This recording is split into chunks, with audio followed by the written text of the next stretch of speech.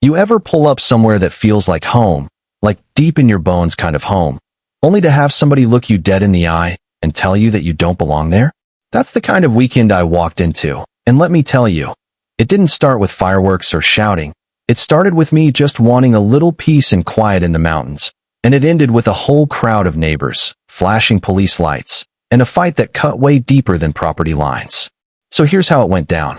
I was driving my old pickup up through the Smoky Ridge Mountains, truck rattling, gravel under the tires, windows rolled halfway down, so I could breathe in that crisp air that only mountain roads seem to have.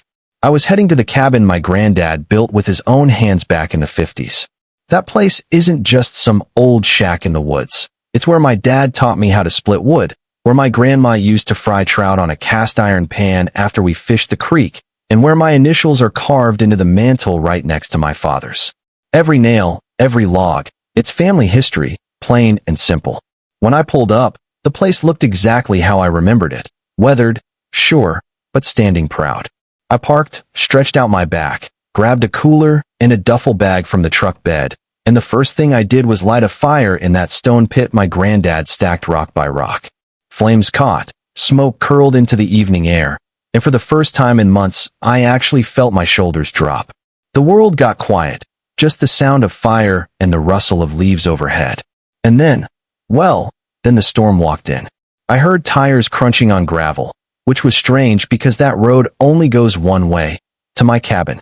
I look up, and here comes this shiny black SUV, pulling into the clearing like it owns the place.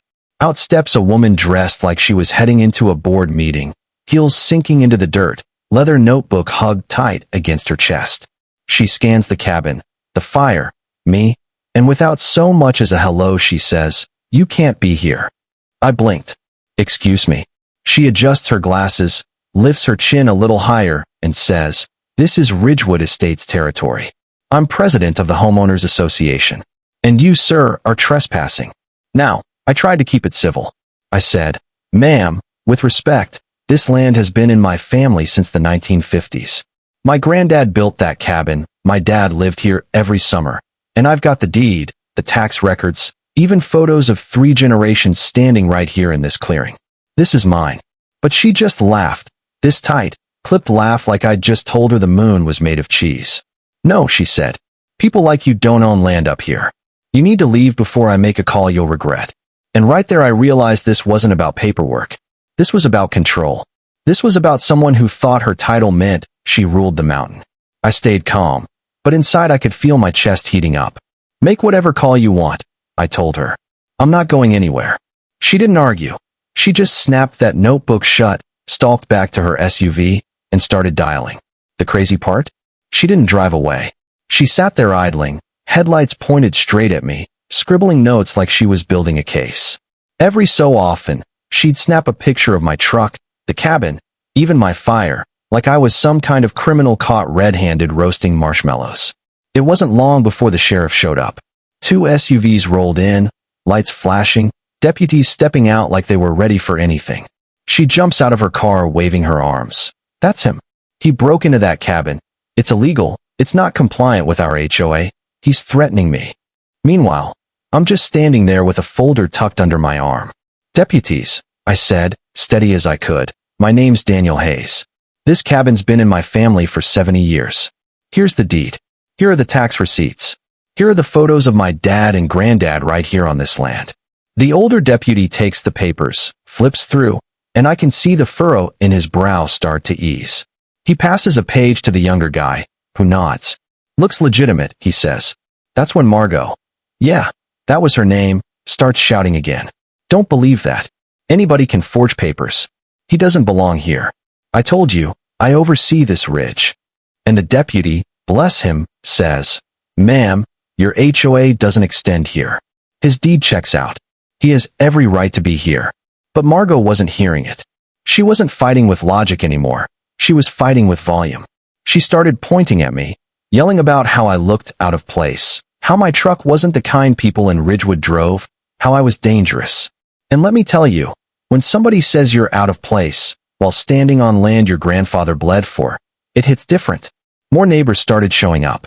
First a red pickup, then another SUV.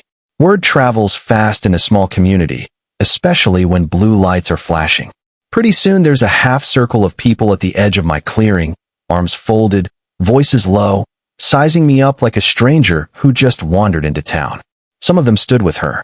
A woman crossed her arms and said, "Well, if it's really yours, how come we've never seen you before?"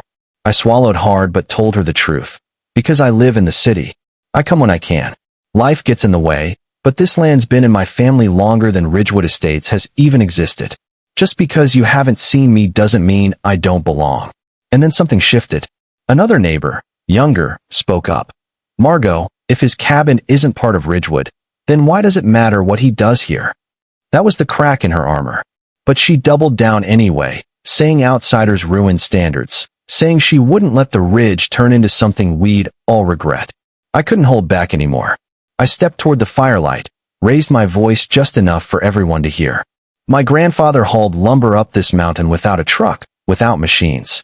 My father taught me how to respect this land, how to work hard and honor what came before. That's not lowering standards, that's building them.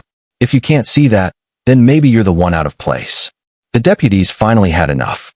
The older one turned to her and said, "Ma'am, if you keep this up, we'll be filing charges against you, not him." Silence fell like a hammer. Even the forest seemed to go quiet. She stood there trembling, fists clenched around that notebook, before spitting out, "This isn't over. You hear me? It's not over." Then she slammed her SUV door so hard it rattled the frame and tore down the gravel road. Neighbors trickled away after that. Some gave me nods, some avoided my eyes. One woman whispered, "Don't let her scare you. You've got roots here deeper than hers." And when the deputies finally drove off, it was just me again, standing by the fire, folder of documents still clutched tight in my hand. I sat there staring at the cabin, thinking about my dad's words, how he always said, "Never let anyone take from you what you know is yours." And I realized something. That night wasn't just about me or one patch of land. It was about anyone who's ever been told they don't belong, even when every piece of evidence says otherwise. And I'll tell you the truth, it's not over. She'll be back. People like her don't just slink away. But I'll be here too. Because legacy is louder than lies. And sometimes the most powerful thing you can do isn't to shout back, but to stand steady, calm, and unshaken. So now I'll throw it to you. What do you think? Was Margot just doing her job protecting her community? Or was she drunk on power, trying to erase a history that didn't fit her version of order? Drop your thoughts in the comments. I want to know, because this isn't just my story. This kind of fight is happening in communities everywhere. And the question is always the same. Who really belongs, and who gets to decide?